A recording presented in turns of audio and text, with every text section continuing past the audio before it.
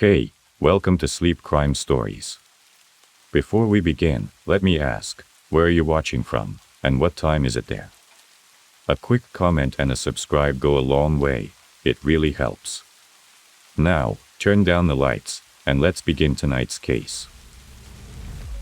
Have you ever thought about how life can turn into a nightmare in just a moment? One decision, one accident, and everything you know and love can vanish. Let me tell you a story that started as a normal day but ended in a way no one could have imagined. Picture this, it's 3 a.m. and the doorbell rings. You get up, thinking it's a neighbor or maybe a courier at the wrong address. But standing at the door is the man you thought was gone from your life forever. His eyes burn with anger. His fists are clenched and the air feels heavy with tension. What do? Scream, run, or freeze, realizing this could be your last mistake. Exercise.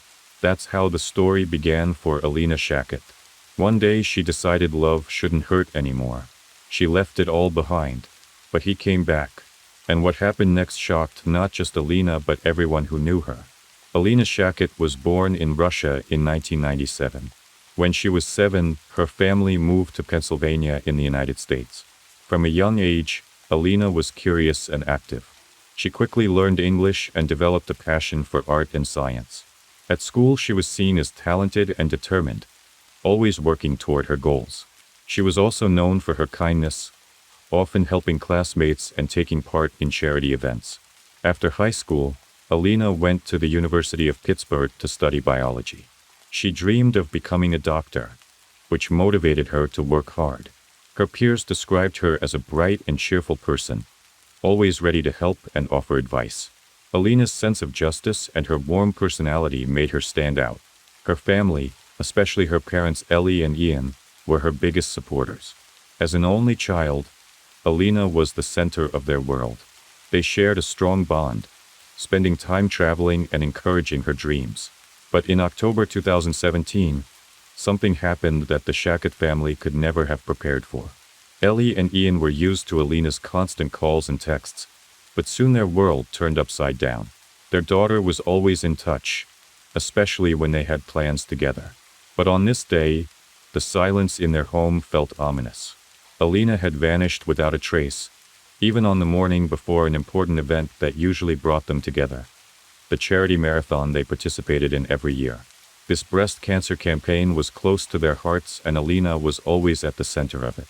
Her care for others was genuine, as though she drew strength from helping people, almost as if she was shielding her family from the dangers of the outside world. But that morning, she didn't show up. There were no messages, no missed calls. Nothing. Every minute felt like an eternity. Ellie kept scrolling through her phone, the growing anxiety tightening its grip on her. Ian, sitting behind the wheel, tried to stay calm, but his fixed gaze and trembling hands betrayed his rising fear. The car felt like it was crawling, even though they were rushing to the University of Pittsburgh campus where Alina lived. What should have been a quick 30-minute drive stretched endlessly, their minds racing with worry. When they arrived, Ellie rushed to Alina's apartment, leaving Ian and their dog in the car. Her heart pounded so hard it felt like it might break free from her chest. Her hands shook as she pressed the doorbell. Each second of waiting felt unbearable, an eternity filled with dread. The silence inside the apartment was oppressive, the kind that makes the walls feel like they're closing in. Ellie and Ian stood on the doorstep, frozen in fear. There was no warmth, no sound of life, just a chilling emptiness that only deepened their unanswered questions. It felt as though the entire world had come to a standstill, holding its breath in anticipation of something terrible. Even the air seemed heavier, pressing down on them. Desperate, Ellie pulled out her phone one last time to call Alina.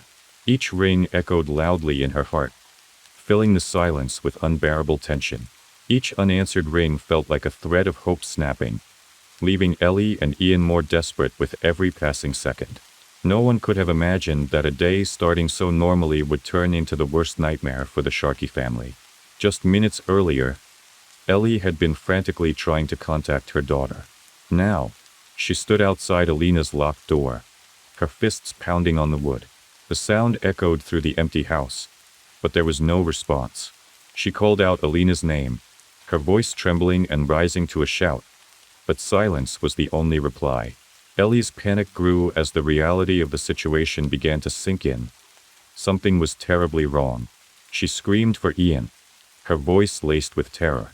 Ian ran to her, fear giving him a surge of strength. He knew every second was precious, each moment stretching into unbearable emptiness. Ian began hitting the door with all his might. Each blow deepened the sense of impending doom until, finally, the door gave way with a sharp crack, revealing a scene that neither of them was prepared for. Zach, Alina's neighbor, had been watching from the staircase, frozen in shock. He instinctively stepped back, as if trying to shield himself from the unfolding horror. When the door opened, the weight of what lay inside spilled into the hallway like a dark tide. Inside, silence loomed heavier than ever, no longer hiding the grim truth. The room was smeared with dark stains, walls and floors marked by something unspeakable. It was as if the light itself had been consumed by darkness. At first, Ellie and Ian couldn't comprehend the sight in front of them. Alina's face was so unrecognizable that it took them a moment to realize they were looking at their own daughter. Ellie's scream shattered the oppressive quiet, her voice cutting through the house like a blade. The walls seemed to tremble with the force of her agony. Ian stood frozen, paralyzed by the sheer horror of what he saw. His mind struggled to make sense of the unimaginable. In that instant, the world as they knew it came to a halt, irreparably changed. Their dog, sensing their fear and panic, began barking wildly, its cries adding to the chaos that had overtaken the house. The once familiar home was now a place of terror and heartbreak, a scene no one could have foreseen. The house felt as if it had been consumed by an impenetrable darkness. Ellie's screams filled the air, a raw expression of her pain, while Ian finally managed to step forward. His legs trembled with each step, his body barely able to move under the weight of the terror that had taken over their home. He didn't know what to do. No one did. Hearing the cries, Zach mustered the courage to approach the room. He stopped at the doorway, frozen in place, reluctant to enter. Yet from where he stood, he could already see enough to know that life for this family would never be the same. There, on the floor, lay Alina. Her body was sprawled as if she had fought with everything she had to protect herself, to survive. The sight was heartbreaking. Half of her face was so disfigured it seemed as though whoever or whatever had taken her life had stolen her very identity. In shock, Zach pulled out his phone, his trembling fingers barely able to dial. He called emergency services, his voice shaking as he tried to explain what he was seeing. The air felt suffocating, as if it were pressing down on everyone in the house. How do they physically do it? Moments later, the sound of sirens pierced the stillness of the morning. The wailing grew louder, echoing through the quiet streets and shattering the fragile calm of the neighborhood. An ambulance screeched to a halt outside the house, and the paramedics, focused and serious, rushed to the door. Their footsteps echoed in the cold, unfamiliar space that now felt hostile and heavy. Ellie, still standing motionless at the door, turned to meet them. Her face said everything: her grief, her disbelief, her despair. She tried to point toward the room, but her hands were shaking so badly she could barely manage the gesture. Ian, silent and overwhelmed, stood nearby, watching the scene unfold as if from a distance. The paramedics entered the dimly lit room. The curtains allowed only faint traces of light, making the horrific scene even more somber. Kneeling beside Alina's body, they worked quickly, their movements practiced and mechanical. They checked for a pulse, their expressions revealing the truth before they spoke. It took only seconds, but for Ellie and Ian, time seemed to stretch endlessly. When one of the paramedics finally shook his head, their world shattered. Ellie collapsed to her knees, a gut-wrenching cry escaping her lips. It was a sound of pure heartbreak, of a mother's soul breaking into pieces. Ian's shoulders sagged, his face pale and drained of life. Everything they had known, everything they had loved, was gone in an instant. Ellie collapsed to her knees, her screams echoing through the house, as if sheer willpower could undo what had happened, as if her cries could bring her daughter back. Ian, nearly frozen with shock, did the only thing he could. He wrapped his arms around his wife, holding her tightly, as though grounding her would somehow anchor them both in this new, unbearable reality. But even he felt like the ground beneath him had disappeared. The paramedics stayed in the room a little longer, preparing to take the next steps. Officially declaring Alina's death felt like a final, crushing blow to her parents, a sentence from which they would never recover. Outside, the flashing red and blue lights of police cars illuminated the quiet suburban street. Neighbors began to gather, their curiosity drawing them closer. Some whispered in hushed tones, others glanced around nervously, while a few took out their phones to record the unfolding tragedy. The once peaceful street was now a grim spectacle.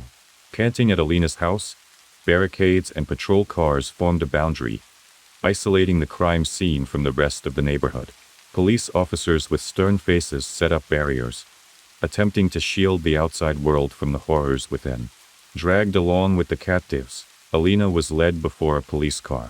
Leading the investigation was Police Chief Scott Schubert, who, along with a team of detectives, meticulously combed through the house.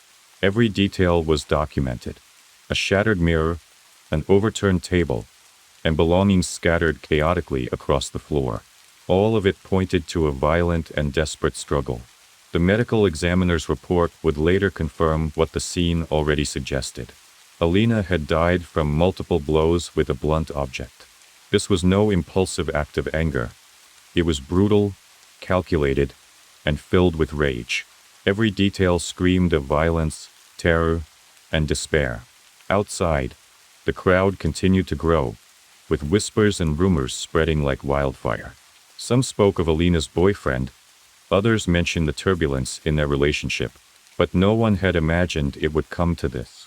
In a neighborhood accustomed to quiet and calm, the crime sent shockwaves through the community. Conversations turned to speculation, and soon the focus narrowed to one name: Matthew Darby. Matthew, Alina's ex-boyfriend, was a well-known figure. A young, talented basketball player, he had gained attention not just for his performance on the university court, but also for his charisma and popularity. Always surrounded by people, Matthew was seen as confident, charming, and successful. But beneath that polished exterior lay a darker side, one that no one had foreseen would lead to such a devastating end. Behind Matthew Darby's confident exterior lurked destructive emotions that grew stronger when it came to Alina. What started as a passionate romance during their time at university in Greensburg soon turned into a toxic cycle of jealousy and control. The dynamic between them shifted when Alina transferred to another campus. She sought a fresh start, determined to focus on her studies and distance herself from their increasingly volatile relationship. Breaking things off with Matthew felt like the right choice, but he couldn't handle it. His charm and self-assurance shattered, replaced by an obsessive anger he couldn't contain. He began to follow her, inundate her with calls, and invade her life in ways that went far beyond what anyone could consider normal. On September 20th, 2017, Alina, her hands trembling with fear, filed a police report. That night, Matthew had crossed a line she never imagined possible. He broke into her apartment by climbing through a second-story window, an act straight out of a horror movie. She had heard the sound of someone scaling the drainpipe but never thought it could be him, until he burst into her room, his eyes filled with fury. He accused her of betrayal, of ignoring his calls and abandoning him. The argument escalated into physical violence. He grabbed her shoulders, shoving her onto the bed, and squeezed her wrists so tightly that bruises remained for days. Filing the police report gave her a fragile sense of relief, a belief that justice would protect her. Jan and Ellie stood by her side through it all, accompanying her to court. When the judge granted a restraining order against Matthew, it felt like a step towards safety. His arrest for unlawful entry was a moment of hope for Alina and her family, a sign that the nightmare might finally end. But their hope was short-lived. Despite the charges, Matthew was released on bail for $10,000, a sum that allowed him to return to the world, leaving Alina vulnerable. For her parents, this felt like an injustice, but they could never have imagined the full extent of what was to come. Only a few days later, The sense of dread that had hung over their lives solidified into tragedy. The home where Alina had sought peace became the scene of her worst fears realized. Investigators who arrived that day moved with the weight of hindsight, recognizing that opportunities to protect her had been missed. The precipice of hell by Ruth Glazer Ellie, standing silently behind the police tape, no longer cried. Her face was blank, frozen in shock and disbelief. She stared at the house where her daughter's laughter had once filled the rooms, now consumed by an unbearable emptiness. Every decision, every system that was supposed to keep Alina safe had failed, leaving the Shackett family to endure an unimaginable loss. Jan stood silently beside Ellie, holding her hand as they both tried to process the unimaginable loss. Matthew Darby, though physically absent for periods of time, had never truly left Alina's world. His presence loomed like a dark shadow, invading every part of her life. Alina's neighbor Zach later admitted he often saw Darby lurking outside her house. It was as if he belonged there, Zach recalled, his voice heavy with regret. He had watched Darby stand for hours, hidden in the shadows, peering into Alina's windows. Zach now realized he had unknowingly witnessed the slow unfolding of a tragedy he failed to understand at the time. Despite Alina's efforts to break free, changing passwords, blocking his number and distancing herself, Matthew always found a way to reinsert himself into her life. His jealousy was uncontrollable, consuming him like a wildfire. Zach remembered one particular night when Darby stood outside Alina's window, yelling furiously. His voice, filled with rage and unbridled jealousy, echoed through the quiet street. It wasn't just anger, it was obsession, escalating with each encounter. A month before the tragic events, Darby had taken control of Alina's online world. He hacked her social media accounts, deleting any interactions he deemed inappropriate. Even in the virtual space, he sought complete dominance.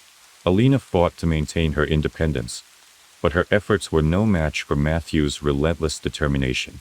On the fateful night of September 20th, no one in the neighborhood knew the horror taking place behind Alina's closed doors. Zach later recalled hearing a strange sound, like something breaking, but he dismissed it, thinking it was just the quirks of an old house. Moments later, a loud crash, followed by a scream, pierced the night. A sound so raw with terror, it sent chills down his spine. Unsure of what to do, Zach sent a message in the house's group chat, hoping for a response, but there was none. It was only later that Zach learned Matthew Darby had already broken into Alina's home by then, starting the violent attack that would end her life. Police investigators found that Alina had been frantically calling for help between 4:15 and 4:55 a.m. Her last call was to Darby's number, and her phone was later tracked to Route A76, near the town of Irwin. A final, desperate attempt to save herself that went unanswered. Adding to the grim puzzle was the testimony of a taxi driver who became a key witness. He reported picking up Darby around 4:21 a.m. and driving him to the intersection of Seal Street and Ward Street in Oakland. Darby asked the driver to wait for him for a couple of minutes, but those minutes stretched into 10. What transpired during that time would soon become part of the chilling evidence against him. Alina's fight for freedom and safety had tragically ended, leaving behind a trail of mischances, unanswered cries for help, and a community forever haunted by what could have been done to save her. The passerby's quick thinking led officers to act swiftly. When they arrived at the scene in Myrtle Beach, South Carolina, they found Matthew Darby attempting to climb through a window, his disheveled appearance a stark contrast to the confident young man once admired by so many. He tried to flee, but the officers apprehended him after a brief struggle.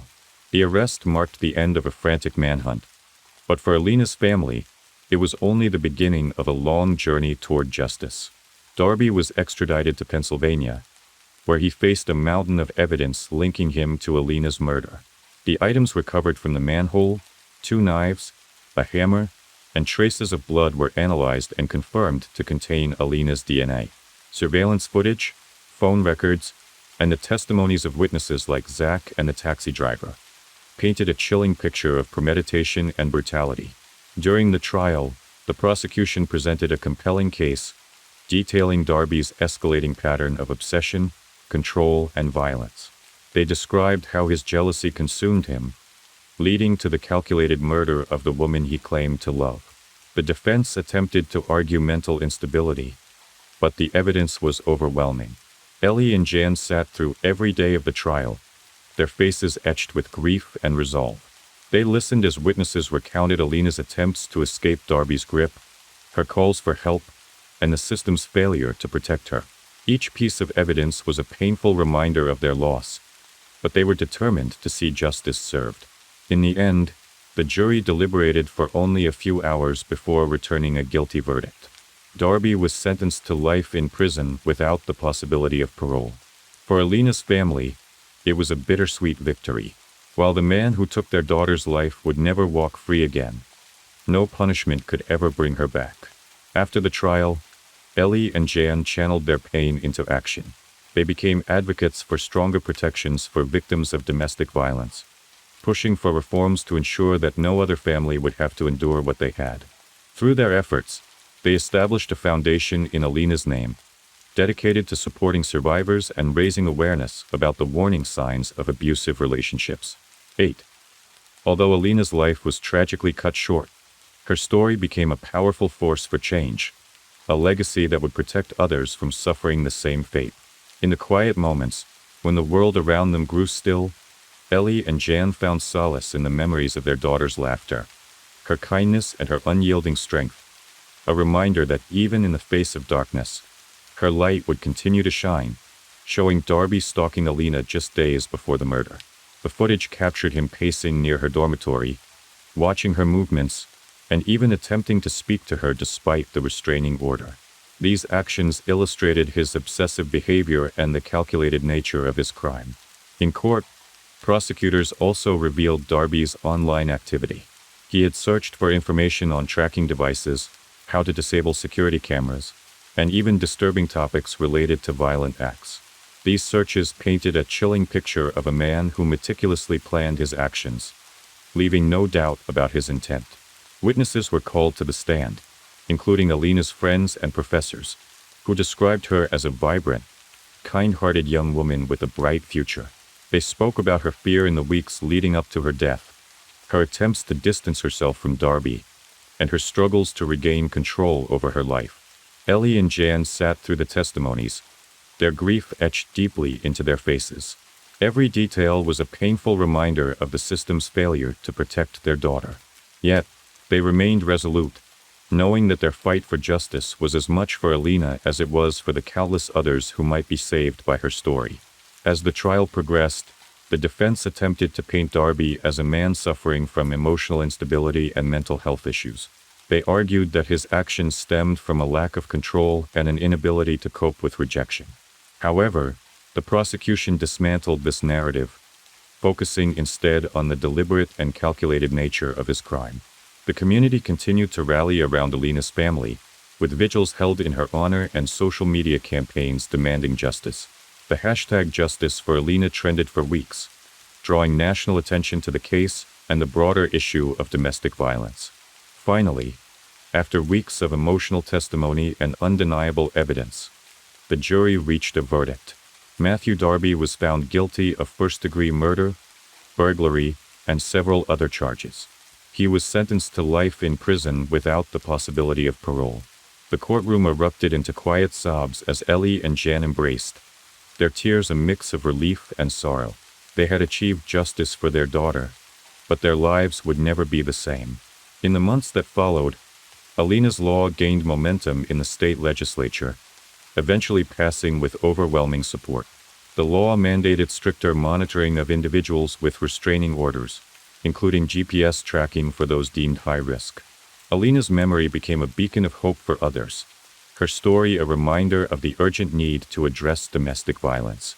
Though her life was tragically cut short, Alina's legacy lived on, not only through the law that bore her name, but also in the hearts of those who loved her, and the countless lives her story would go on to save, by highlighting the overwhelming evidence presented during the initial trial. Still with me?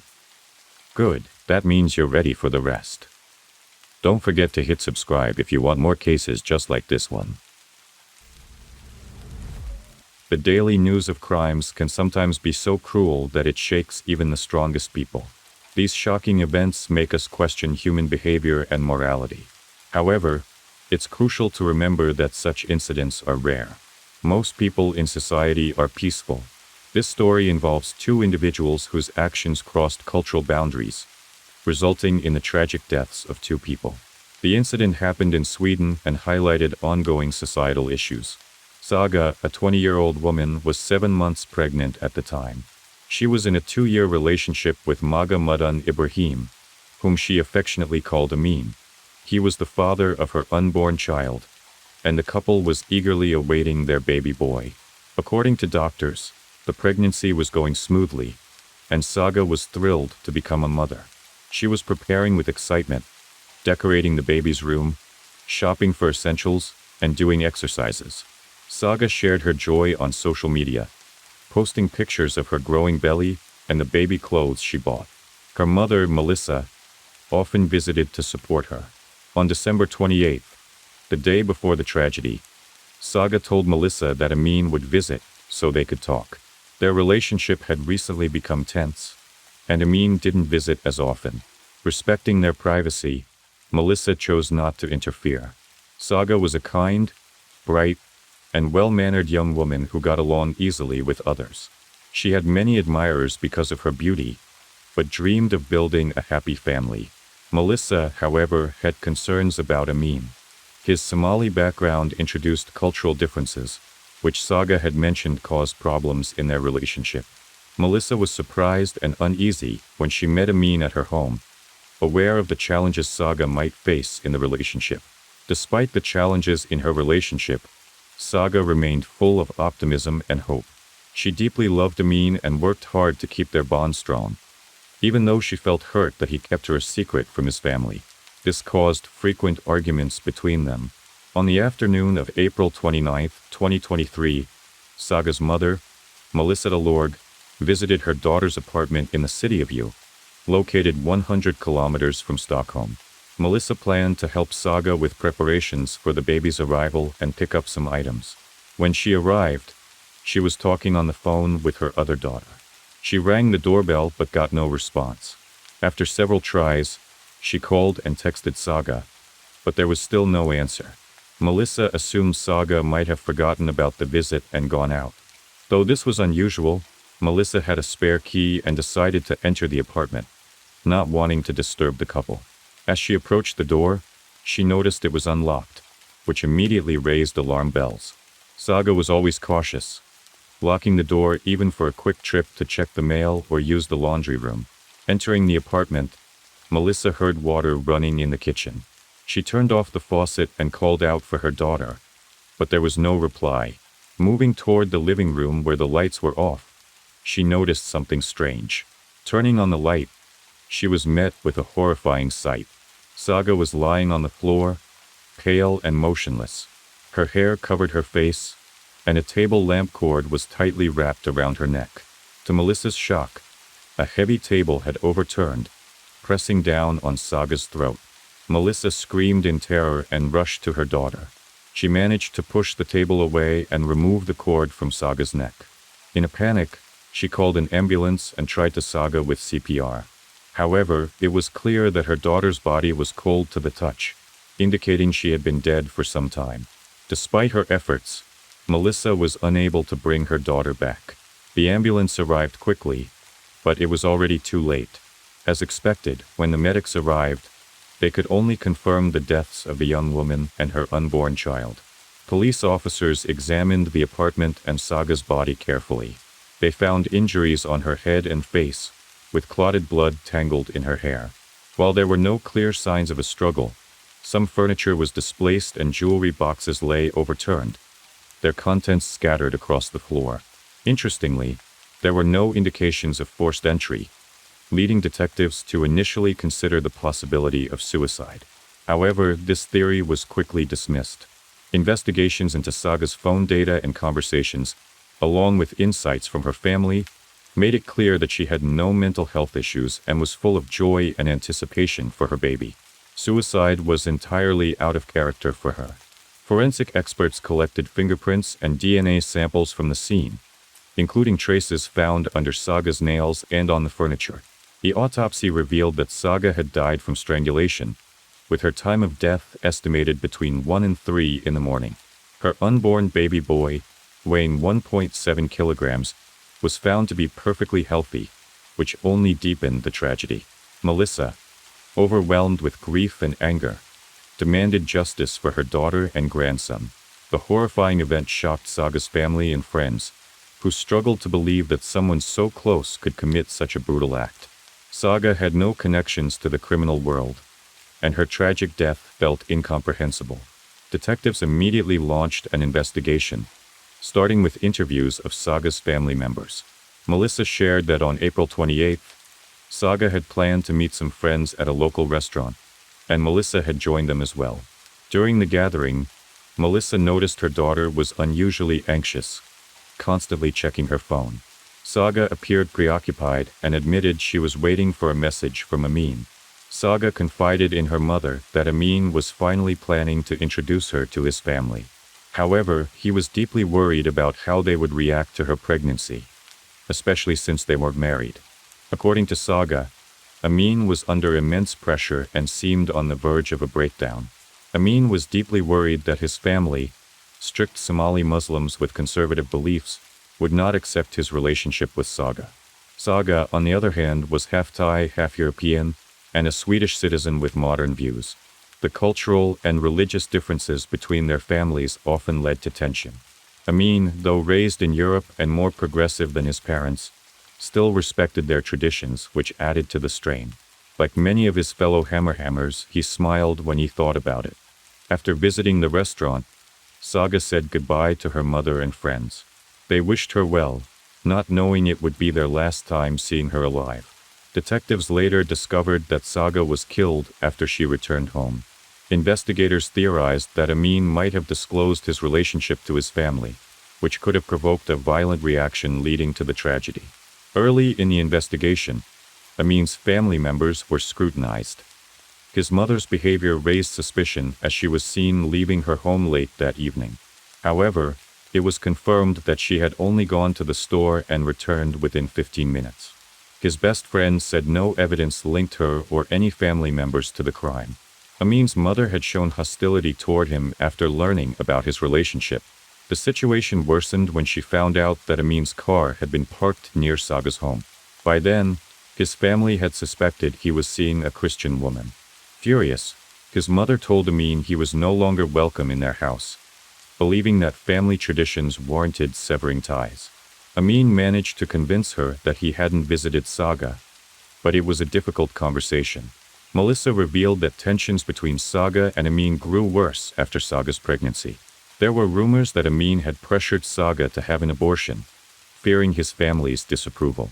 However, Saga stood firm in her decision to keep the baby. She told her mother that if necessary, she was prepared to raise her child alone. This determination, paired with the joy she felt about becoming a mother, made the tragic events that followed even harder to comprehend. In October, Saga shared the news of her pregnancy with her family, who were overjoyed, just as she was. However, during this time, her relationship with Amin grew strained. Saga frequently expressed frustration over the cultural differences between them, feeling that without a change in Amin's perspective, their relationship couldn't last. Despite these challenges, things seemed to improve after a few months. Amin appeared to accept the pregnancy and even seemed happy about becoming a father. Saga decided to move into a larger apartment to accommodate her growing family. She began setting up a nursery and preparing for her baby's arrival. By March 2023, their relationship was still intact, though troubling incidents arose. One such incident involved a woman named Diana, who approached Saga privately.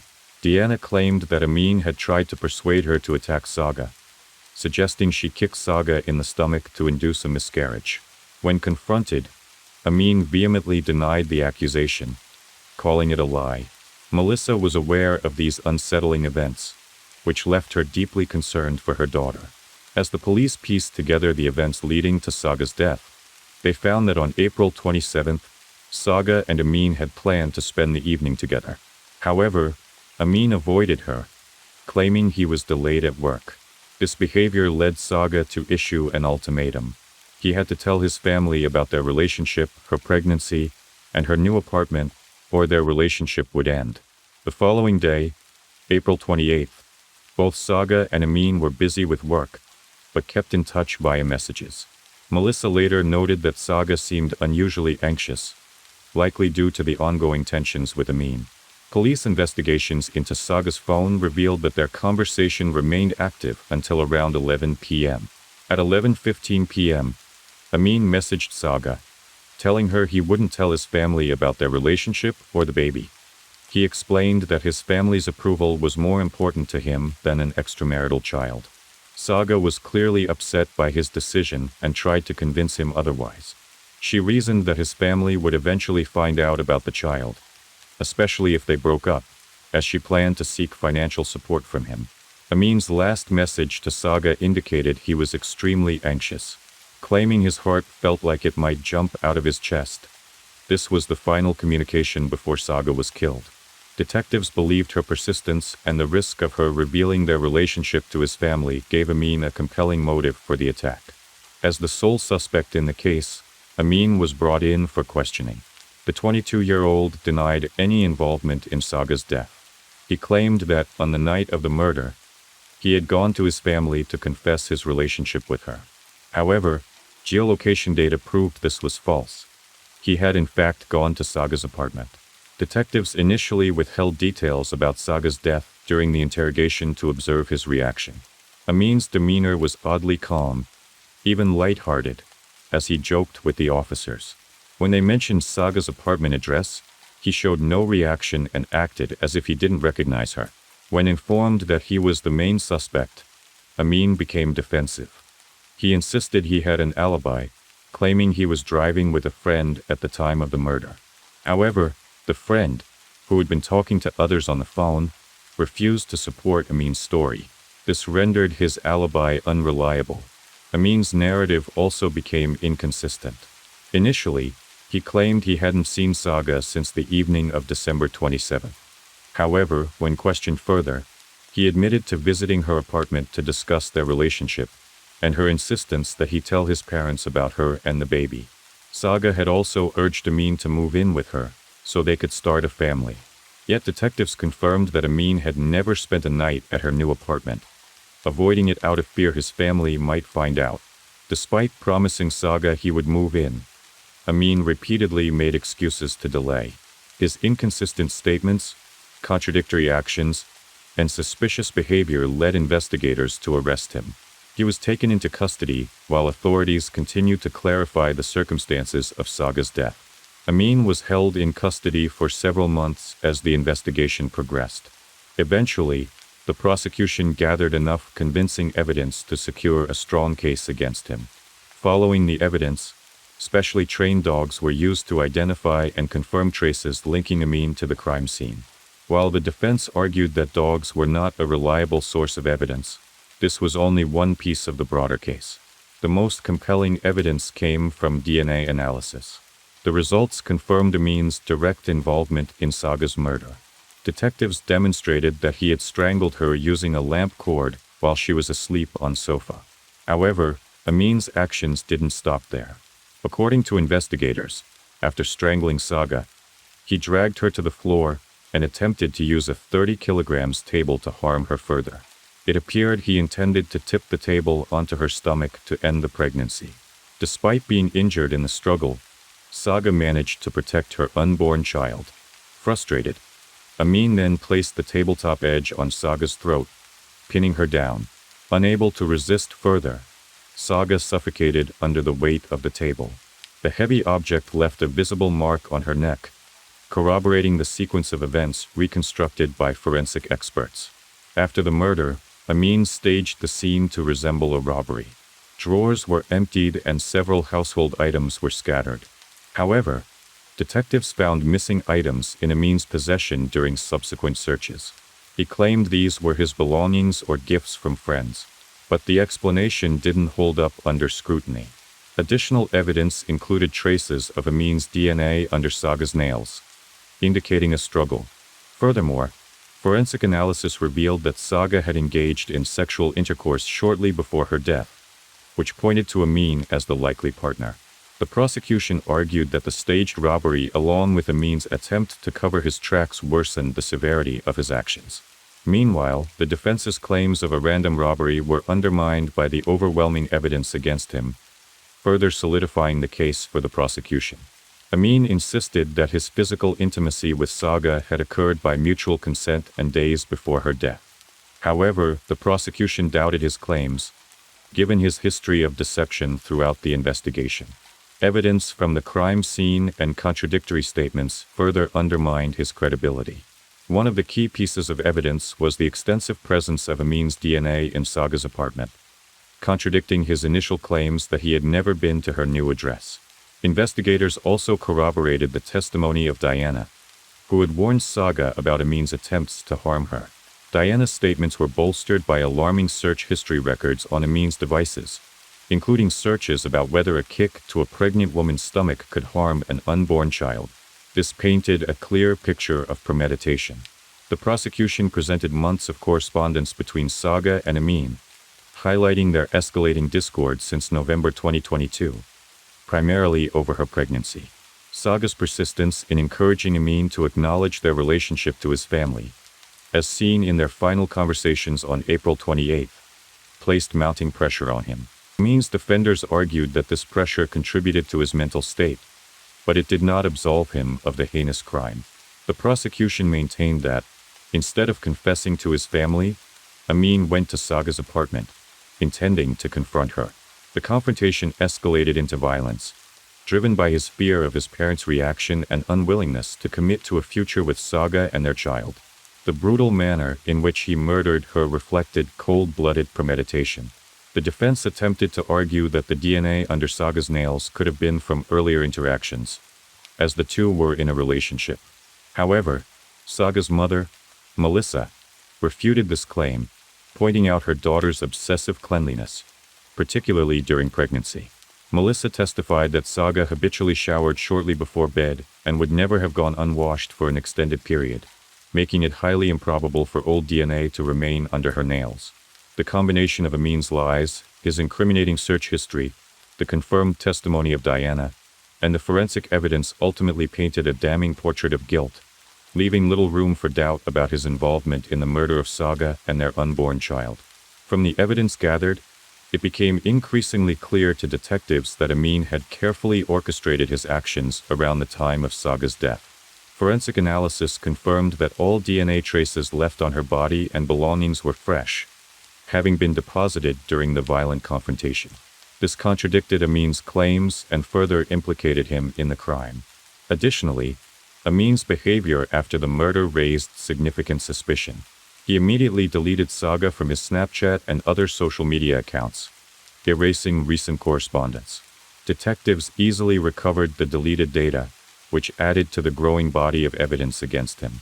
This attempt to sever ties and conceal his connection with Saga and the crime spoke volumes about his guilt. Geolocation records placed Amin near Saga's apartment building at around 8 p.m. on the night of the murder. He stayed in the vicinity, sending messages but not approaching or leaving, as if hesitating or waiting for the right moment. This period of inactivity suggested that he was mentally preparing himself for the attack or waiting for Saga to fall asleep. Between midnight and 2 a.m., the estimated time of the murder, Amin's phone activity abruptly ceased. Forensic evidence later revealed that this was the same time frame during which Saga and her unborn child were killed. During this period, Amin's phone was set to airplane mode, effectively silencing all incoming calls and messages. His friend Samir tried to contact him multiple times, but the calls were ignored. Cell tower records confirmed that Amin's phone was in the same residential complex where Saga lived, further contradicting his claim that he was at home with his parents during those hours. Amin's phone became active again at 2:16 a.m., coinciding with the conclusion of forensic experts regarding the time of Saga's death. This precise alignment further reinforced the timeline of events and Amin's involvement. Despite this mounting evidence, Amin's version of events continued to shift, further eroding his credibility. At one point, he admitted to being near Saga's apartment but denied entering it. At another, he claimed he had not seen her in days. Detectives and prosecutors used this web of lies, alongside forensic and digital evidence, to build a strong case against Amin.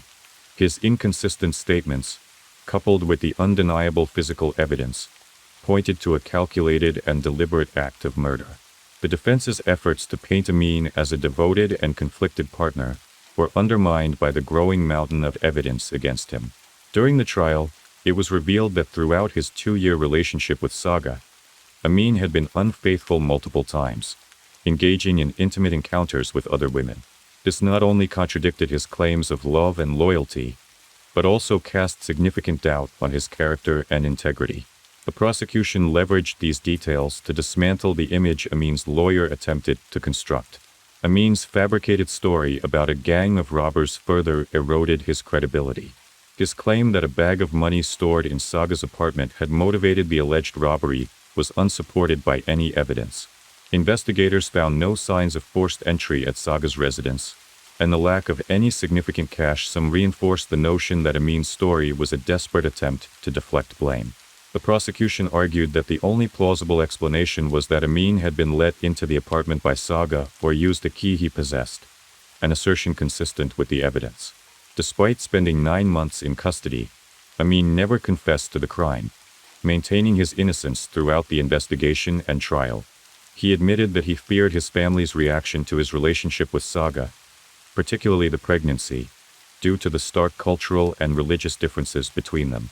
Amin's admission highlighted the pressure he felt, but it also underscored the prosecution's argument that this pressure could have driven him to commit the murder. The jury deliberated the evidence and arguments for several days, ultimately reaching a unanimous verdict on November 9, 2024. Magid Amin Ibrahim was found guilty of the premeditated murder of Saga and her unborn child. He was sentenced to life imprisonment, a punishment reflective of the gravity of his crime.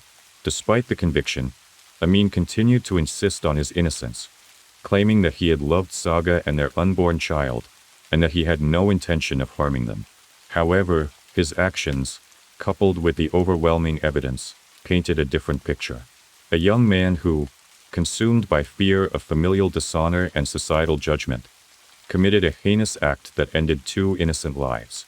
The case served as a stark reminder of the devastating consequences of cultural and familial pressures when combined with personal insecurities and a lack of accountability. Saga's family, while devastated by her loss, expressed hope that justice had been served and that her story would inspire others to prioritize love and respect over prejudice and fear. The defense, continuing to insist that Amin was not guilty, maintained the argument that Saga had become the victim of a random robbery. They asserted that they would appeal the verdict, seeking to secure Amin's freedom. The appeal was filed immediately following the court's decision, though the outcome of this legal struggle remained uncertain. Despite the conviction for the murder of Saga, no charges were filed for the death of her unborn child, which sparked outrage within Saga's family. They felt that the child's death had been completely disregarded, overshadowed by the focus on Saga's tragic end. The case quickly gained widespread attention from both the media and the public, igniting intense discussions about migrants, particularly those from Muslim sojourning countries arriving in Sweden. With an increasing number of migrants seeking asylum and a growing debate over integration, the murder became emblematic of the tensions surrounding cultural assimilation and the challenges posed by differing worldviews. Critics of the migrant influx pointed to the brutality of the crime as evidence of the difficulties migrants face in adapting to European societal norms, especially when entrenched religious and cultural beliefs come into conflict with the values of the host country. Some members of the public, however, voiced support for Amin, maintaining that the young man had never shown a tendency toward cruelty. His family continued to advocate for his innocence, convinced of his good character. They argued that Amin's actions were driven by an overwhelming fear of his conservative family's rejection, rather than any malice towards Saga or their unborn child. Despite this defense, the evidence against him remained irrefutable, leading to his conviction for the murder of both Saga and her child. Saga's family, devastated by the loss of their daughter and grandchild, found little comfort in the ongoing legal battle. They felt that the justice system had failed to address the full scope of the tragedy, especially regarding the loss of the unborn child. Nonetheless, the case had forced Sweden to confront difficult conversations about cultural clashes and the potential dangers of uncompromising traditionalism when juxtaposed with modern European values.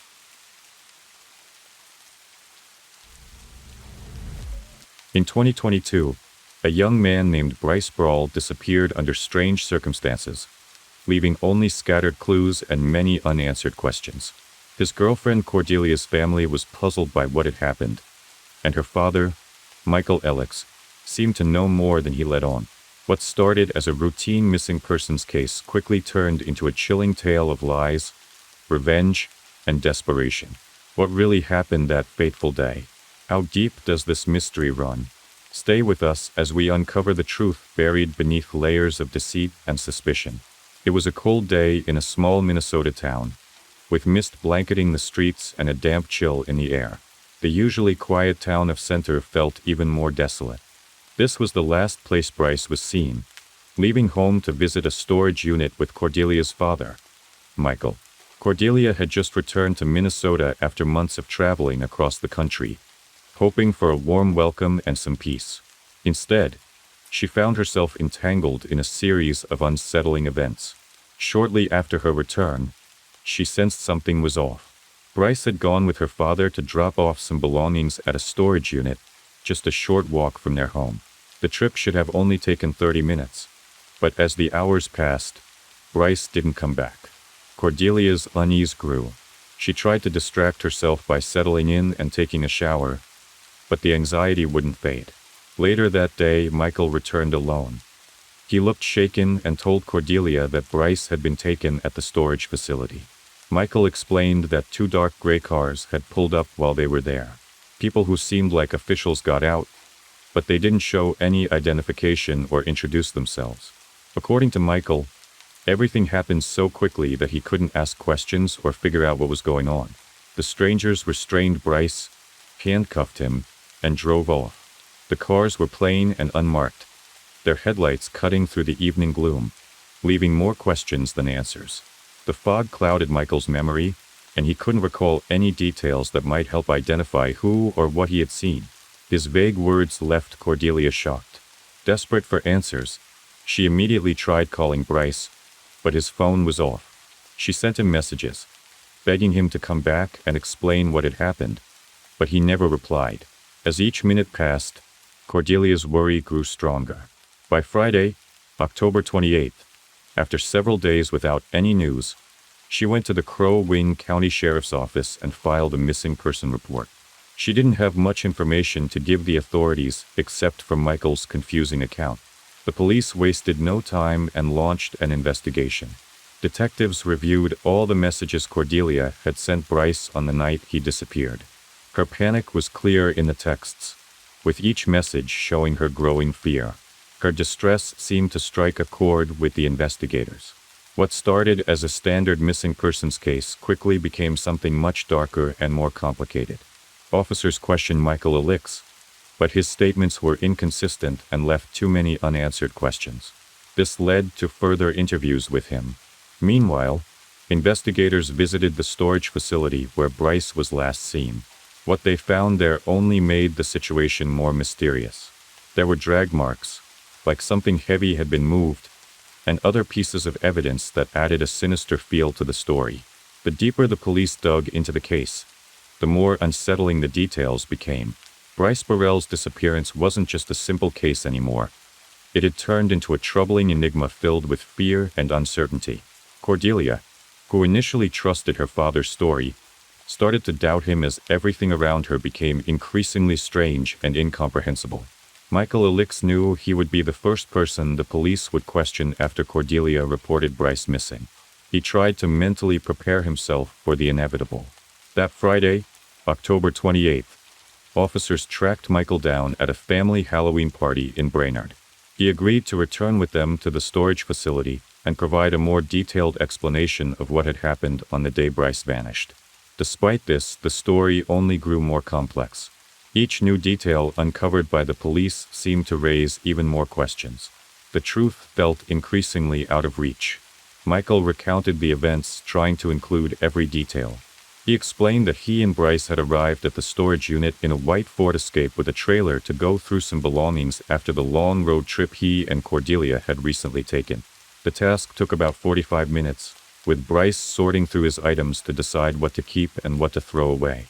Around 5:45 p.m., they were getting ready to leave when something unexpected happened. As they started pulling out of the storage unit, two dark gray vehicles blocked their path. Michael described the cars as having flashing lights, but not the kind used by regular patrol cars. Instead, they looked like the lights often seen on unmarked law enforcement vehicles.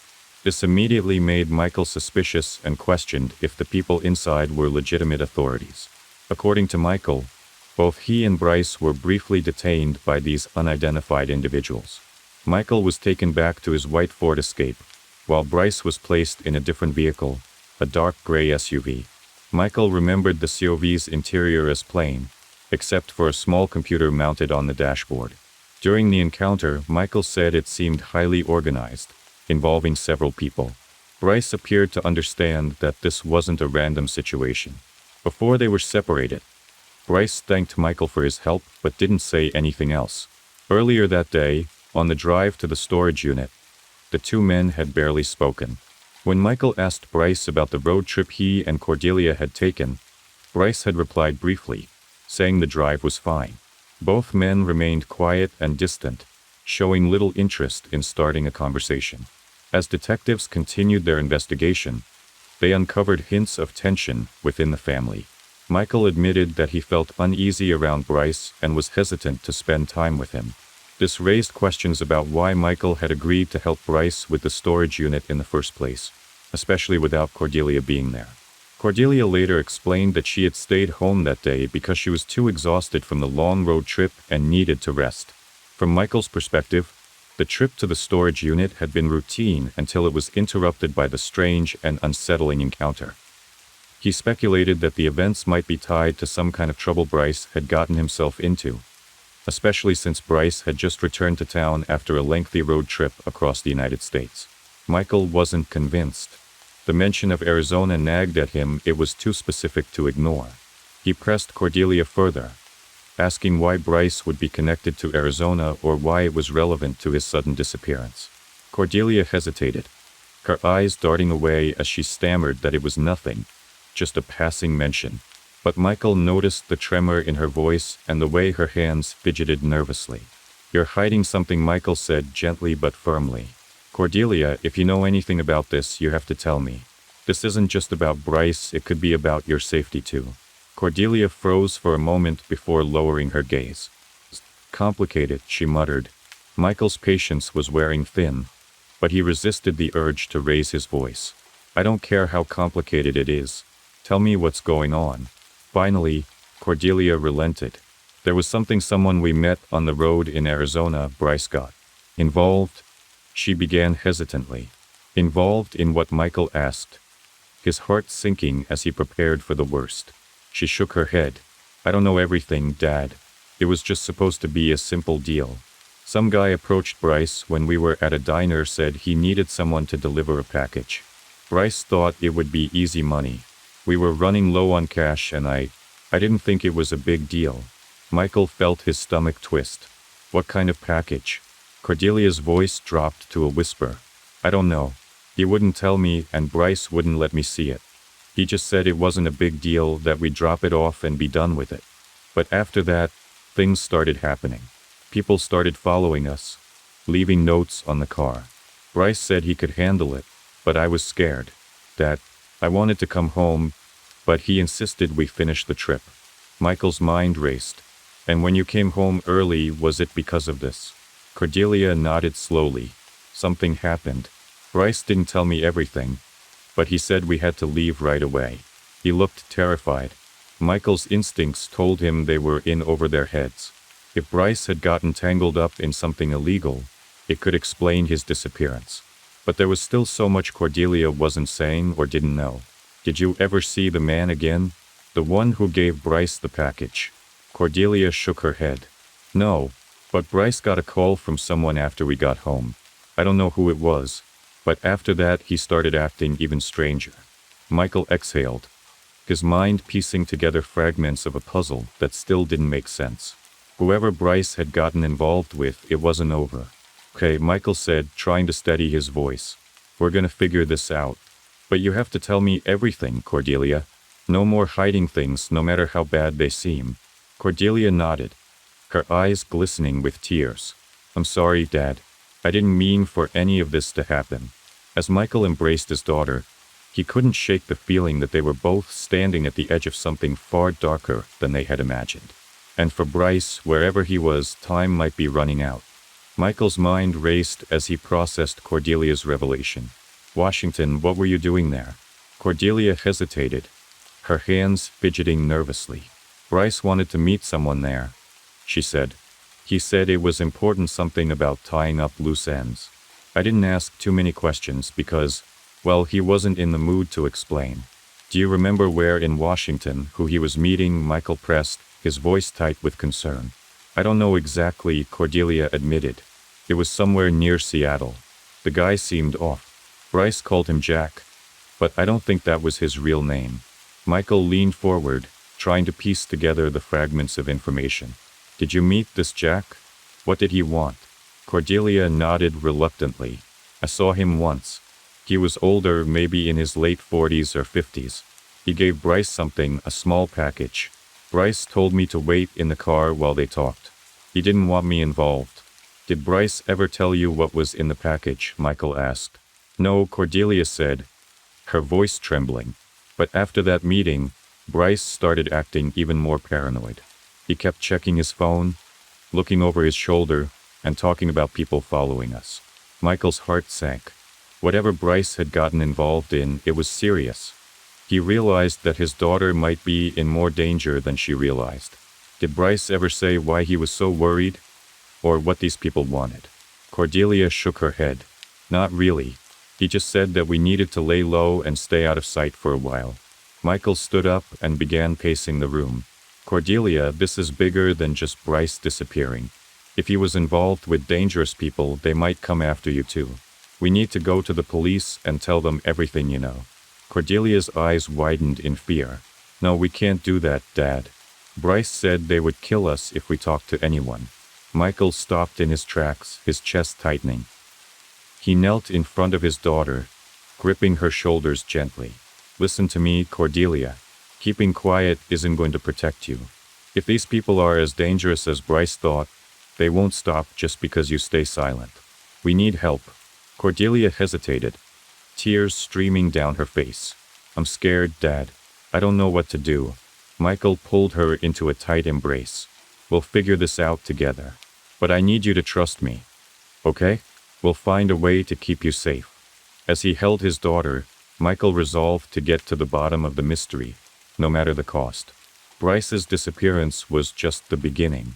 Whatever secrets had been buried during their travels, Michael was determined to uncover them before it was too late. The tension was palpable as the investigation progressed. Michael, though cooperative, found himself increasingly under scrutiny. Investigators began to notice inconsistencies in his timeline, which only added to the air of suspicion surrounding the case. Cordelia, for her part, seemed trapped in a web of fear and loyalty. She admitted to the controlling nature of her relationship with Bryce, but still appeared reluctant to speak ill of him outright. Her hesitance frustrated both her father and the authorities. I don't understand, Michael confided to the lead detective one evening. I just want to help my daughter, but she's hiding something. Bryce's disappearance feels like a piece of a much larger puzzle. The detective nodded. That's what we're trying to figure out, Mr. Howard. But we need complete transparency from everyone involved. A new development. Just when it seemed the case had stalled, the police received a tip from a motel owner in Flagstaff, Arizona. The owner recognized Bryce and Cordelia from a photo circulated by investigators. He claimed they had stayed there for 3 nights about 2 weeks prior to Bryce's disappearance. The motel records confirmed that they had checked in under fake names and paid in cash. Surveillance footage showed Bryce frequently leaving their room late at night, sometimes returning with small packages. When confronted with this information, Cordelia broke down. Bryce was in trouble, she admitted tearfully. He owed money to people, dangerous people. That's why we were in Arizona. He said he needed to settle a debt. Debt? For what? Michael asked, his voice trembling. I don't know exactly, Cordelia replied. But he was desperate. He said if he didn't pay, they'd come after us. The revelation sent chills through Michael. It confirmed his worst fears that Bryce's disappearance was tied to something criminal. The missing phones. Investigators focused on tracking down Bryce's and Cordelia's phones, hoping they held vital information. After days of searching, they located one of Bryce's smartphones at a porn shop in Flagstaff. The device had been wiped clean, but forensic experts managed to recover fragments of data. Among the recovered messages was an exchange with a contact saved as J. The messages were cryptic, but hinted at a deal gone wrong. Phrases like running out of time and they want more than we agreed painted a grim picture. The storage unit. Attention shifted back to the storage unit where Bryce was last seen. A thorough search revealed a hidden compartment in one of the walls. Inside, police found a burner phone and a small stash of cash. The burner phone contained a single unsent message. I'm out. Can't do this anymore. If you come near her, I'll make sure everyone knows. The message was time-stamped just hours before Bryce's disappearance. The unraveling. As the pieces of the puzzle came together, a troubling narrative emerged. Bryce appeared to be entangled in a smuggling operation, likely involving drugs or illegal goods. His sudden disappearance suggested he had either tried to back out of the arrangement or had been silenced. Cordelia, despite her loyalty to Bryce, seemed to be an unwitting accomplice. Her fear and evasiveness made sense in light of the danger they were in. Michael, meanwhile, remained determined to protect his daughter. But as he reflected on the events leading up to Bryce's disappearance, he couldn't shake the feeling that something or someone was still missing from the story. The deeper the investigation went, the more it revealed the entangled history between the Alix family and the tragic events surrounding Bryce and Cordelia. As authorities unraveled more details, it became clear that the relationship between father and daughter had a significant impact on the unfolding situation. Family dynamics and tensions. Michael's tight control over Cordelia's life was a growing point of concern. His mistrust of her choices, and especially his dislike for Bryce, painted a clearer picture of why Cordelia had been so eager to escape on her cross-country trip. While it had initially seemed like an innocent adventure, it was clear that the road trip served as an escape from the mounting pressures and tension at home. Cordelia's family dynamics were complex. Her mother's battle with Huntington's disease, combined with the challenges faced by her younger sibling, had created an already volatile household. But Michael's behavior, specifically his relentless pressure on Cordelia, had pushed her further away. Hiring a private investigator to follow her ex-boyfriend was just one example of the lengths Michael went to, showing how deep his mistrust ran. Investigators began to suspect that Michael's influence over his daughter had more to do with the conflict than Cordelia was willing to admit. She had wanted to break free, but in doing so, she had connected herself to Bryce, whose own life was full of uncertainties and struggles. Michael's admission it wasn't until investigators confronted Michael about Bryce's phone that the truth started to come out. Initially, Michael denied any involvement with the phone, claiming he had never handled it. But after further questioning, he admitted that he had taken the phone from the car and disposed of it in a gas station trash bin in Brainerd the same evening Bryce disappeared. His reasoning was that he wanted to protect Cordelia from being tracked by whoever was behind Bryce's disappearance.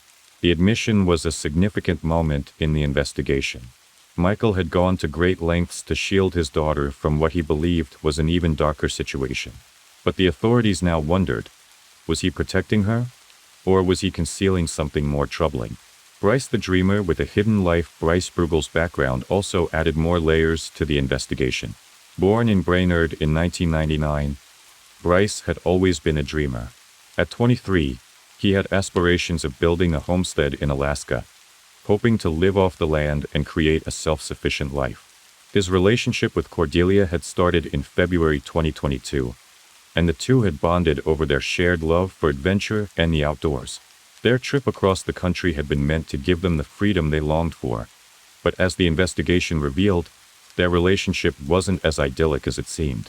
While Bryce had envisioned a simple life, free of the constraints of society, he was also entangled in a world of danger and secrecy.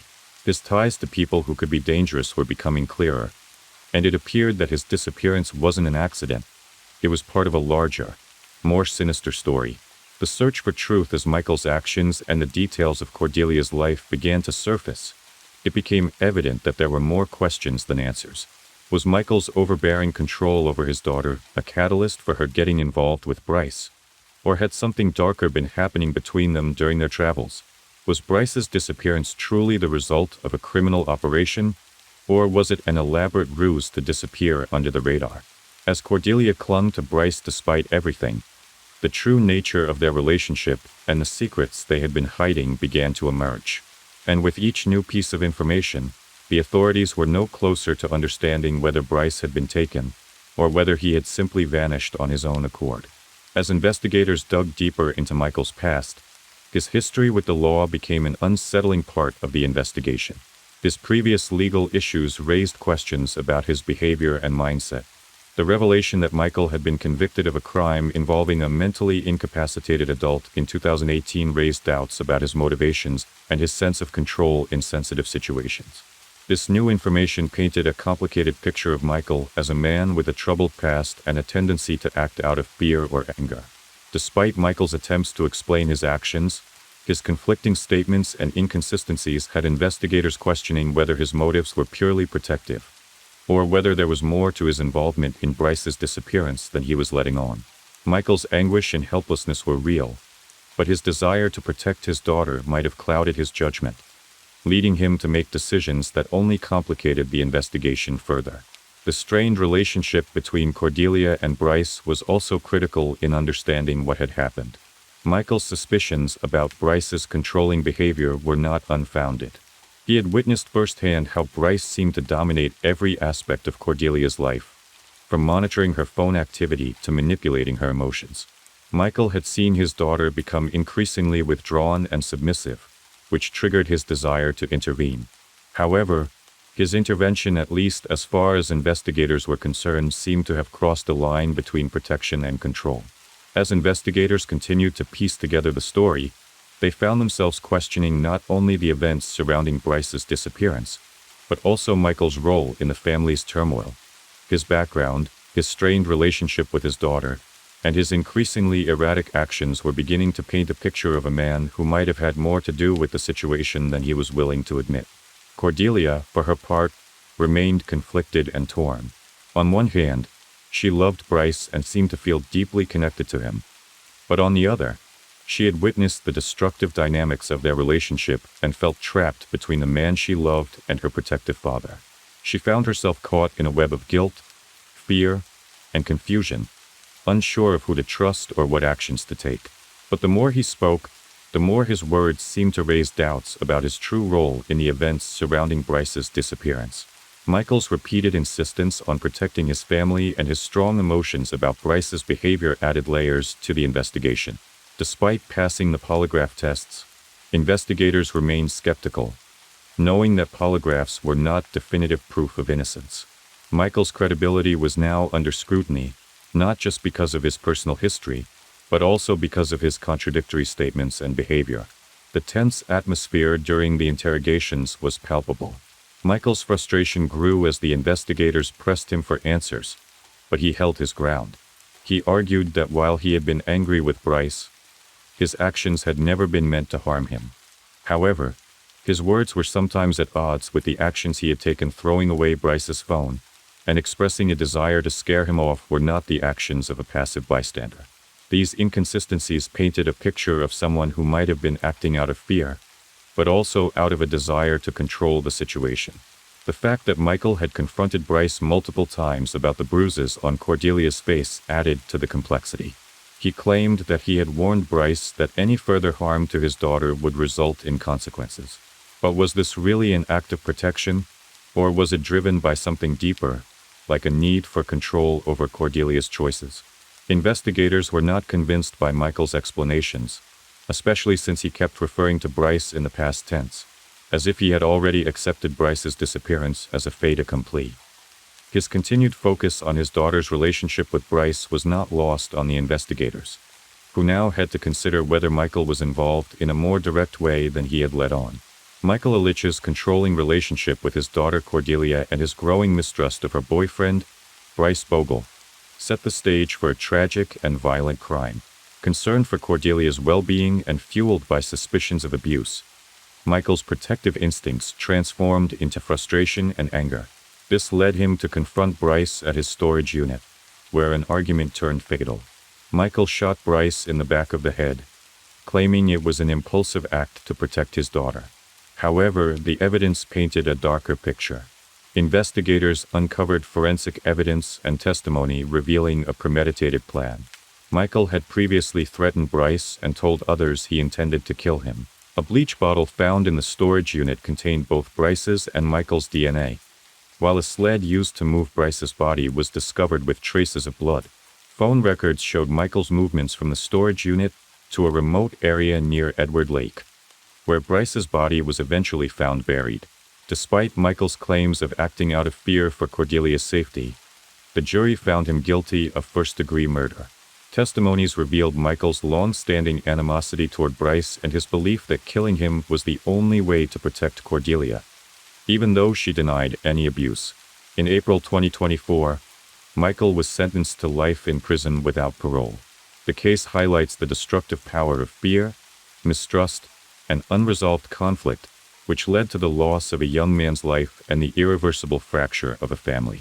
It serves as a sobering reminder of the importance of addressing concerns through understanding and open communication, rather than resorting to violence. Financial struggles can happen to anyone. Some people are able to overcome their difficulties quickly, while others might struggle for years. How someone handles these challenges is really important. Some people work hard, earning money through honest jobs, while others turn to crime for a fast way out. There's also a third group of people who choose to create controversial adult content, hoping to make a lot of money. While this kind of work isn't illegal, people in this industry, especially actresses, often face harsh criticism and judgment from society. Still, the promise of quick wealth and fame can sometimes make people overlook their moral values. Many of these individuals now work from home, setting up studios and doing live broadcasts. However, it's important to remember the serious emotional toll this work can have, often leading to heartbreaking consequences. The story of Carol Maley, a young mother and film actress, is a sad example of what can happen when someone chases fame and money in this industry. Carol didn't see her work as immoral. She was just trying to gain financial independence, planning to retire once she had enough to support herself and her young son. Sadly, she was never able to leave the industry, and her once admired body was tragically found dismembered on a rocky cliff. Let's take a closer look at Carol's early life. Carol Nicole Maley was born on September 19, 1995, in a small Italian province. She was the only child of her parents, Fabio and Josephine. Carol had Italian roots from her mother and Dutch heritage from her father. When she was just 4 years old, her parents divorced. She stayed with her mother while her father moved back to the Netherlands, remarried, and had more children. Josephine decided to stay in Italy and raise Carol on her own, as her ex-husband provided little support. They lived in a small town called Sesto Kenda in the province of Vai. Josephine worked several jobs to give Carol the best education and a better future. Carol grew up to be a beautiful, kind, and sociable young woman with many friends. She easily connected with people and had a natural charm. As a schoolgirl, she was very active, participating in sports, especially horseback riding, and also attended a dance studio. Carol was fluent in 3 languages, loved traveling across Europe, and enjoyed reading, allowing her to engage in conversations on almost any topic. As a teenager, she blossomed into a true beauty with a slim, feminine figure, attracting many admirers. She loved being the center of attention. After finishing school, Carol decided to pursue higher education and enrolled in a technical university to study industrial design, arts, and fashion. She quickly became one of the top students in her class, excelling in her studies. However, her life took an unexpected turn during her freshman year, an unexpected pregnancy. In 2020, when Carol was 20 years old, she developed a romantic relationship with a young man, a year older than her, who was studying architecture and design. In the fall of that year, Carol discovered that she was pregnant. The news shocked both her and the father, as they were both still students and unprepared for this life-changing event. Despite the surprise, Carol made the firm decision to keep the baby. In 2016, she and her boyfriend had a son, and their lives changed dramatically. They both had to leave school because they couldn't afford to support themselves and their newborn. They decided to move to Verona, hoping to find better opportunities to earn a living and take care of their new family. Carol took a job as a sales consultant at a large cosmetics and perfume retail chain. Shortly after their son turned 1, her boyfriend worked on various projects from home while also taking care of their child. New love in mid-2019. Carol unexpectedly fell in love with another man named Angelo. They started a passionate affair, secretly meeting for about 6 months. The couple rented hotel rooms, exchanged messages late at night, and tried to spend every free moment together. However, just before the new year, the father of Carol's child found out about the affair. Feeling betrayed, he decided to end his relationship with Carol, leaving her to face the consequences of her actions. Maylie believed that breaking up with her boyfriend was for the best, especially since she had already planned to leave him for her new boyfriend, Angelo. However, a new problem quickly arose. Angelo lived with his parents, and Carol couldn't move there with her child from her previous relationship. They decided to rent an apartment together. But then the coronavirus pandemic hit, and the young couple found themselves jobless and unable to afford their own place. In the end, Carol moved into Angelo's parents' house. She made the difficult decision to leave her 4-year-old son with his biological father temporarily, hoping the situation would improve so she could bring him to live with her. Unfortunately, things continued to worsen as a widespread self-isolation order was put in place. Everyone was confined to their homes, and Carol faced severe financial struggles during this challenging time. Angelo and his parents did their best to support her, but Carol could not contribute financially to her son's care. To make matters worse, Carol's mother was diagnosed with Parkinson's disease, and her condition worsened quickly. The medical costs for her mother's treatment added to Carol's financial burdens. Faced with this difficult situation, Carol realized she needed to find a way to earn money from home, an unexpected source of income. During the lockdown, Carol desperately searched for ways to support her son and her sick mother. She considered using social media and her YouTube channel, sharing her life during isolation and the struggles she was facing. However, her content didn't gain much attention, though her striking appearance did attract some attention. She received compliments from viewers and even some inappropriate proposals in the comments section. One subscriber suggested she try the platform OnlyFans, pointing out that her looks would be appreciated there and she could make money quickly. Carol, feeling desperate, decided to follow the advice. She created an account under the pseudonym Charlotte Angel and began posting revealing content, including intimate photos and short videos. It didn't take long for her to gather a significant following who were willing to pay for her content. This unexpected turn marked the beginning of Carol's new path. Carol quickly began earning well, but she kept the details of how she was making money hidden from her boyfriend and close relatives. She didn't share what she was doing or how much she was being paid. As time went on, her content became more explicit and sophisticated as she worked hard to please her fans. Surprisingly, Carol found that she enjoyed this line of work and became increasingly comfortable with it. She managed to keep her job a secret for about 6 months, but eventually someone she knew discovered her OnlyFans account. Rumors spread quickly and soon everyone knew how she was making a living. Carol wasn't too upset by the gossip. She even tried to defend her choice, claiming that her work was a form of art that brought in good money and fulfilled her needs.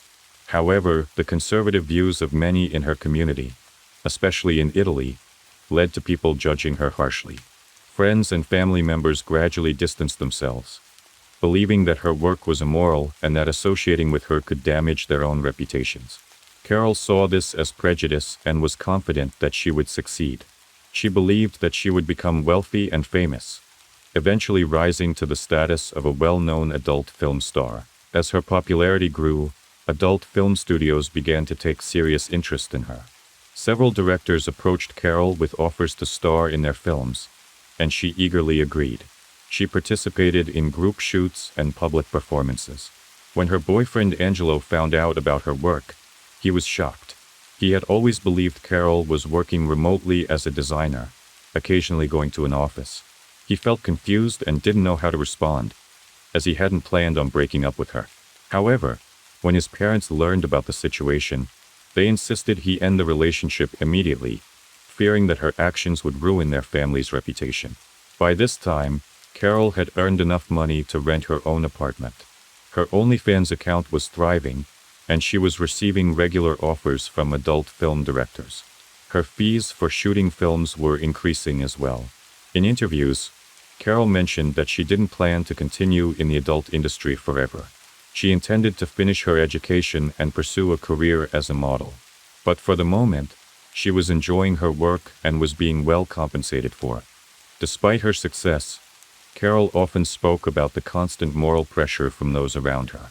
The judgments and attempts to shame her caused emotional stress and psychological trauma.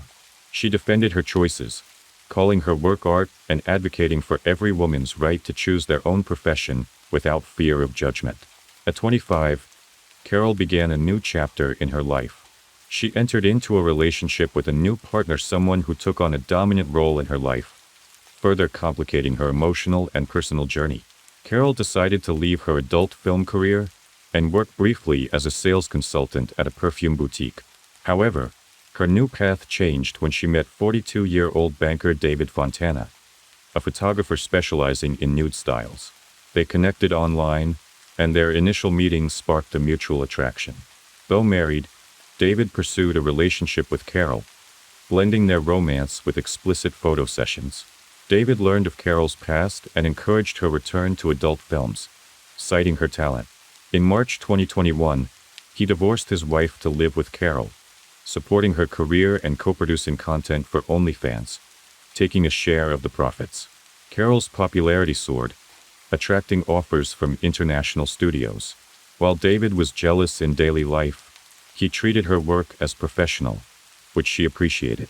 Complications arose when Carol's ex, Angelo, reached out, expressing a desire to reconcile. Though Carol declined, they stayed in touch, angering David. His jealousy escalated to threats and an alleged car arson against Angelo. While a restraining order was issued, lack of evidence spared David legal consequences. Carol's career thrived as she traveled internationally, amassing over 30,000 subscribers on OnlyFans. She saved diligently, hoping to buy a home and reunite with her son.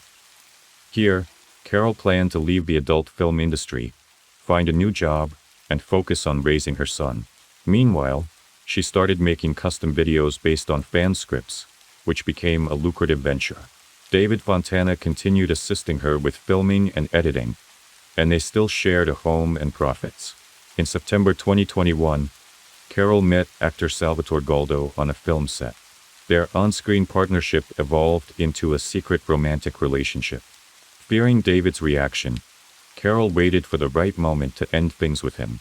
By year's end, Salvatore proposed with an engagement ring, and Carol joyfully accepted.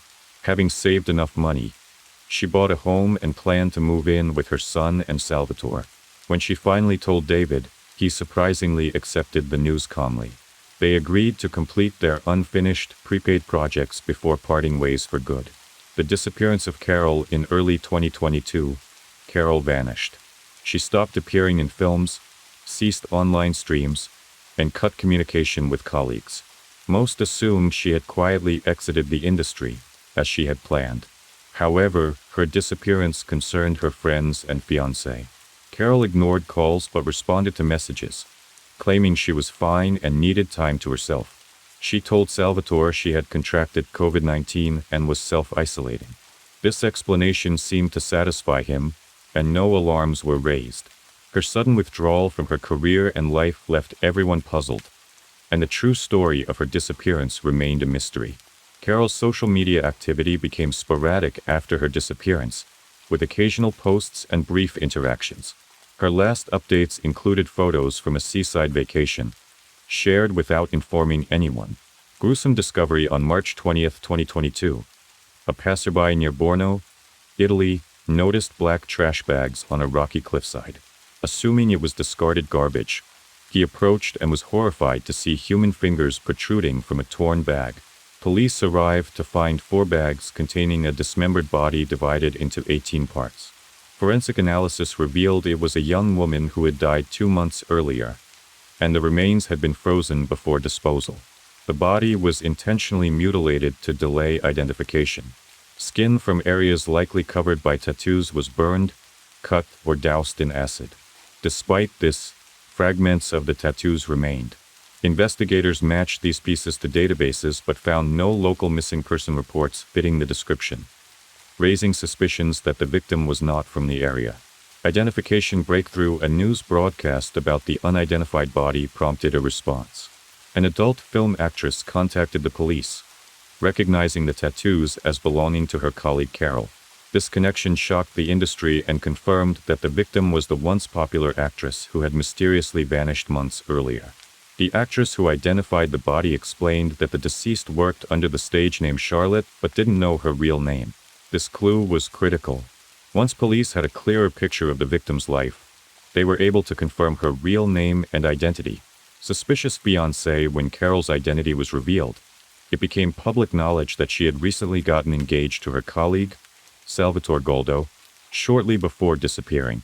Strangely, Salvatore had never reported her missing, making him the first suspect.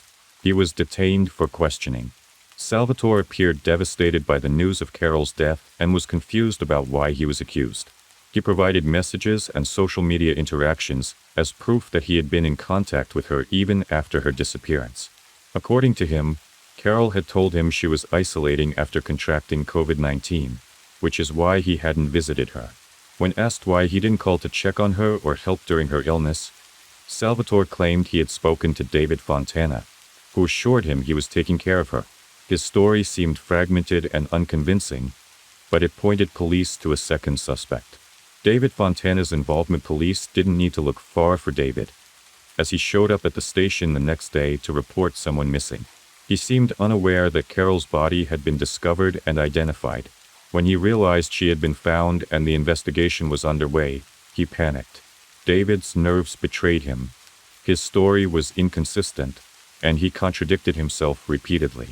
He claimed that he and Carol had been very close but hadn't seen each other in months. When asked why he was only now reporting her missing, he had no explanation. The truth comes out. Under pressure from investigators, David finally confessed. He claimed Carol's death had been an accident. In early January, David and Carol were filming extreme content for a client who had paid a large sum of money.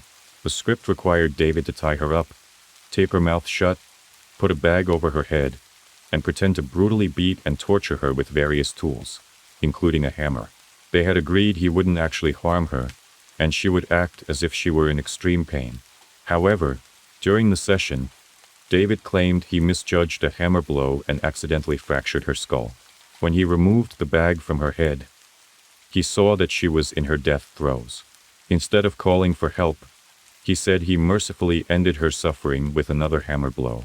Panicked, David dismembered the body and stored the remains in a freezer for over 2 months before deciding to dispose of them. Piecing together the truth, the investigation uncovered a disturbing twist. The so-called client was actually David himself, using a fake account to lure Carol into the session. Investigators believe he planned the entire scenario as revenge after Carol decided to leave him. During the session, David forced Carol to reveal the password to her phone, which he claimed was part of the script. On January 11th, around 9 p.m., he delivered the fatal blow. The following day, he used Carol's credit card to buy a large freezer, as well as a saw and an axe from a hardware store. David then dismembered the body and made deliberate efforts to prevent identification. He removed tattoos by cutting off sections of skin and disfigured other parts of her body to obscure any identifying features. David wasn't done with his attempts to erase evidence. He tried to burn, shred, and completely destroy the remaining pieces of Carol's tattoos and any identifiable features. He then placed the body parts into bags and stored them in the freezer for over 2 months. During this time, David pretended Carol was alive. He communicated with her family and friends through her accounts and managed her social media, posting updates to create the illusion that she was fine. By late March, David believed enough time had passed, and it was safe to dispose of the remains. He took the bags to a remote cliffside, hoping they would either never be found or decompose to the point of being unidentifiable. However, his plan failed. Just 2 days later, the body was discovered, and police tracked him down within a week. Trial and verdict. One of the most shocking aspects of the case was that, for nearly 3 months, no one had reported Carol missing. Her family, friends, and even her fiancé accepted the social media posts as proof she was alive. Even Salvatore, her fiancé, believed her claims of being sick and isolating, never visiting or raising the alarm. If anyone had reported her missing earlier, the police could have tracked her phone, which was with David the entire time, and solved the case sooner. At the trial, Fontana claimed he deeply regretted his actions and insisted that he loved Carol. He said her death was accidental, and that he had even considered ending his own life afterward because of the grief. However, his explanation was seen as hollow and insincere, especially since he had planned the entire situation, including commissioning the violent video. On June 12, 2023, the court found Fontana guilty of manslaughter.